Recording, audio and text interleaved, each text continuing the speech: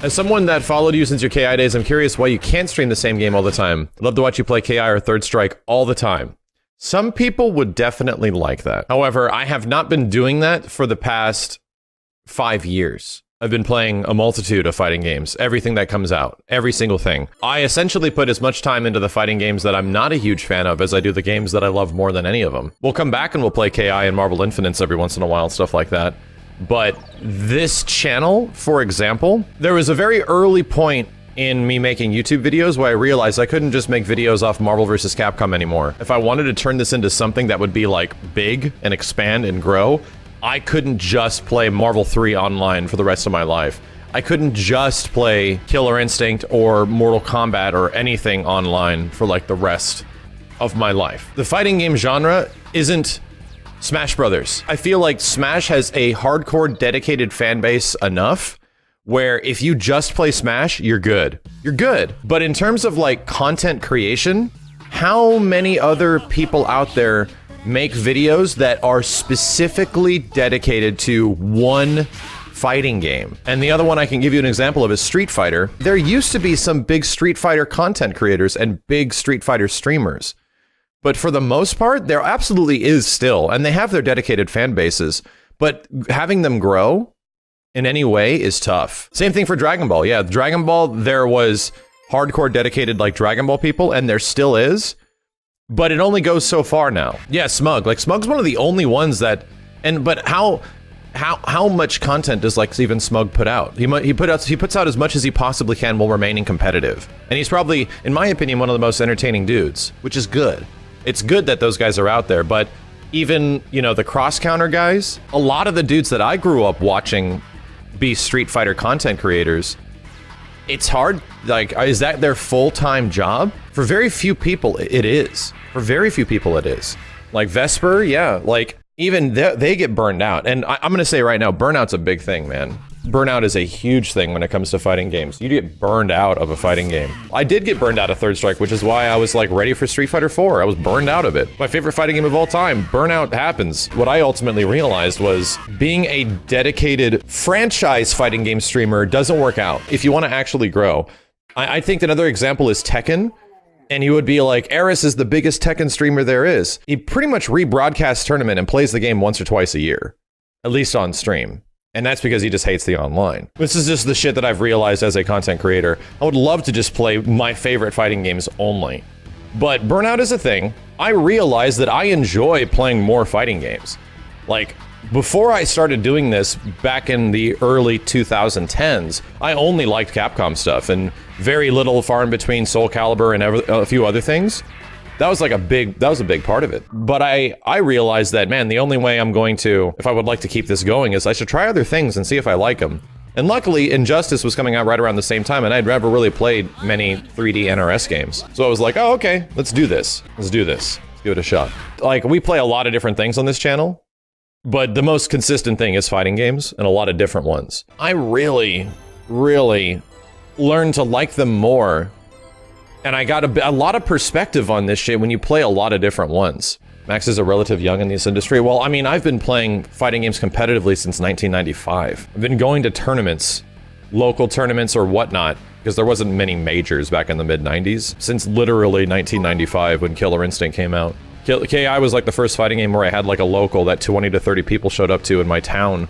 And we went there once a week. And we did it for like 6-7 months. I don't want this to be like, I'm the only one out there that's making fighting game content, because I'm absolutely not. But when people are like, and I get that question a lot, and it makes sense. Why don't you just play the fighting games you absolutely love? Like, why don't I just play Soul Calibur 6, King of Fighters 14, Mortal Kombat X, Killer Instinct, Marvel Infinite, Third Strike? Like, why don't I just play the ones that I like really, really love playing? And the big one of the big ones is netcode. Like, a lot of the big things is the game run good online? Does it have good online? Is the game frustrating as fuck for me to play? And I'll tell you right now, for the games like Tekken 7, King of Fighters 14, Soul Calibur 6, many of those games is because their online kind of sucks.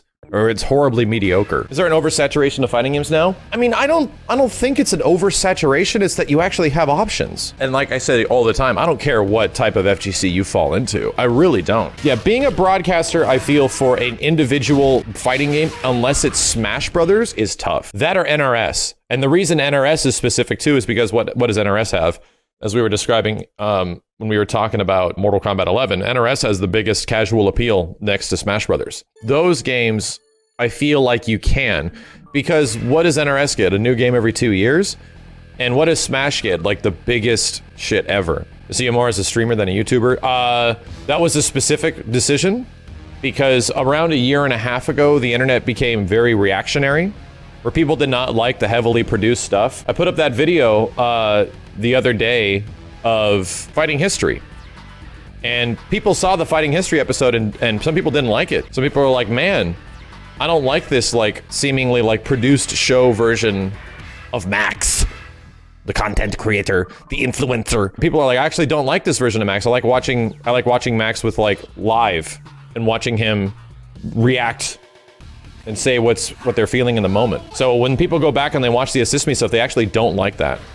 And that's a trend that I noticed back in a year and a half ago to 2 years ago, where there used to be a lot of complaints of people like, man, I don't like the fact that I can't watch what happened from Max's stream on YouTube. I was like, well, man, maybe I should start getting as much stream content as I possibly can on YouTube. Conversations like this, right? It isn't a tag on like the quality of a Fighting History episode or the quality or why I'm not doing Fighting History. That's actually not the reason. The reason I'm not doing Fighting History is because of Benny. He's getting pretty old and he doesn't like cameras anymore, and I don't want to torture him. Fighting History was in copyright lock for a long time for a variety of reasons, due to music and shit like that. So there was a lot of shit that happened in 2017 that all built up and said, no, you're not doing this shit anymore. And I was like, well, fuck, man. Could be a minority. I tell you it isn't, because I'm technically doing better on YouTube than I ever have without having to spend hundreds of hours. And I enjoy that. I enjoyed it, spending hundreds of hours editing and putting shit together. And a lot of people now, it's just different. People like watching live reactions. People like watching not just reaction videos, but like you in the moment. People don't like scripted shit anymore. People don't like it. It's like, whoa. Before, when I started doing this stuff, you know, almost 10 years ago, people loved the scripted stuff. People liked the overproduced, scripted, like Assist Me stuff and all that shit. Now, people like you being live and in the moment. Like, that's a big thing. And guess what? I changed all my YouTube content based on that. I changed all of it. And why do people like John Cron and Completionist overproduce videos? Well, I don't know if you noticed, but they've been doing that and they haven't changed forever. Like, they've been doing it that way forever. So people are used to it. The shit that I've been doing for a very, very long time has changed a lot. It's changed from one thing to another to another. I mean, I can tell you right now, there's been 4 huge things, like big shows that I've done on YouTube that have like changed the way I do stuff. And the first one was Assist Me, which lasted a long time. And that was like the biggest thing of my channel, right? For a couple years. The next one was learning about like a reaction video, just like me just throwing up a reaction to something was huge. It was like, man, people love this shit. Wow, that's crazy. That became like a next big part of the channel. Still try to keep the Assist Me stuff going as much as possible. But right around that time, I started doing Boss Rage. Boss Rage ended up being the biggest thing on the channel. People loved it. Became even bigger than Assist Me. It was crazy. It took less work, but it still took a lot of time to put a Boss Rage together. Boss Rage ended up being the biggest thing for a couple years. And then it changed again. Boss Rage wasn't the biggest thing. It turned over to Rate the Super. I'd say Rate the Super became big. And now Rate the Super is one of the biggest things on my channel. Rate the Super is now bigger than Boss Rage, is now even bigger than Assist Me. But what is Rate the Super? A live reaction of your immediate feelings to whatever the hell's going on screen. I noticed that, like, man, there's all these videos on YouTube of people just throwing up the supers of games, and I like watching that. I like going on to YouTube and watching someone just put up every single super in KOF 2002. I like that. I'm like, so what way can I do that isn't just me? What way can you actually make that your own? Like, what way can you actually make that something that you want to be yours? In this industry, it changes so fast and it changes so much that you have to actively have like your fucking finger on the pulse of what's going on, of what people are enjoying and are liking, and come up with new things. He says he disagrees. Rate the Super is more of a mix of reaction and honest analysis. That's everything that I do. That's everything. That's what changes me between just like a reaction. There's the thumbnail. That's the difference, is that in every single reaction video or every single thing, I'm going to describe to you what's happening, why it's happening, what the previous thing that happened was, what we're going to be watching now, and what I expect. Because the most important thing is going to be that I haven't seen what the hell is going on.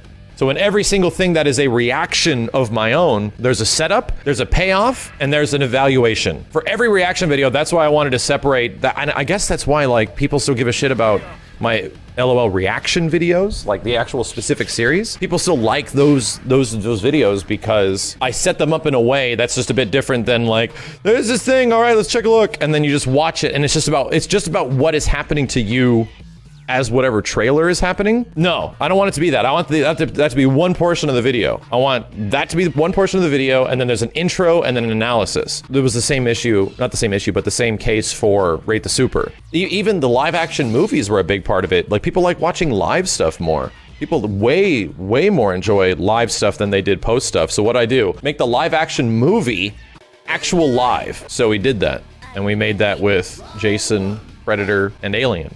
Took the most work in the world, I swear to God. Took me like 4 or 5 straight months to get that shit done. But there's a reason why, like, my YouTube channel is growing faster than it ever has. I'm almost at like 1.25 million subs. Like, what the fuck? The stuff that makes money is absolutely me putting up videos of me every day playing whatever random fucking fighting game there is, and people showing up for whatever new thing there might be. All I want to do is make people happy. All I want to do is make the existing people that are watching happy in some ways.